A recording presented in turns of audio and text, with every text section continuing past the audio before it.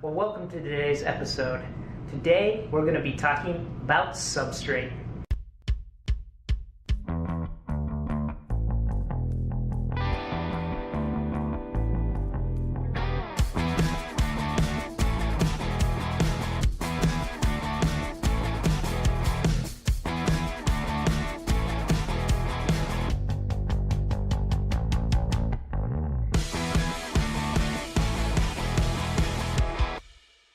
Now there's different things that you can use for substrate in an aquarium. Typically, you pick sand, and the question is, what grade of sand? Do you have a fine sand like you see on the beach, or do you choose something coarser? If you go too fine of a grain of sand, even though it looks very pretty like on the beach, when you have your pumps roaring, it'll blow the sand around the aquarium. So sometimes people err on thicker, heavier sand, but of course the coarser you go, the sometimes less appealing it looks.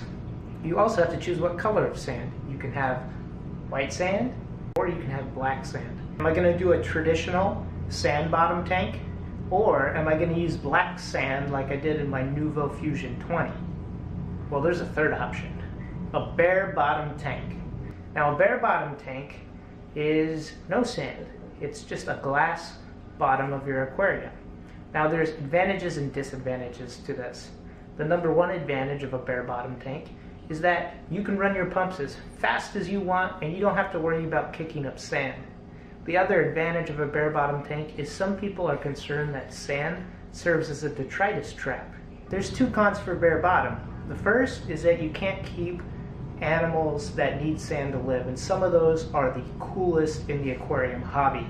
I'm talking about sand-sifting gobies and pistol shrimp, goby pears. Those are actually probably the coolest.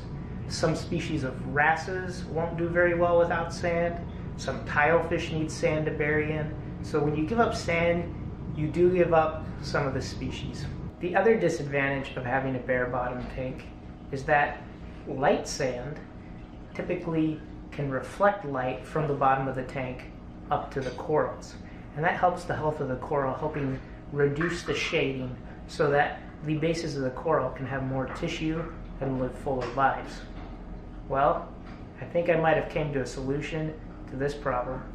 I'm going to go with the bare bottom tank, but rather than just having flat glass, I'm going to use white acrylic. In addition to being able to reflect the light from the lights to the bottom side of the coral, this white acrylic will also be something that I can place on the bottom and glue my rock structure to.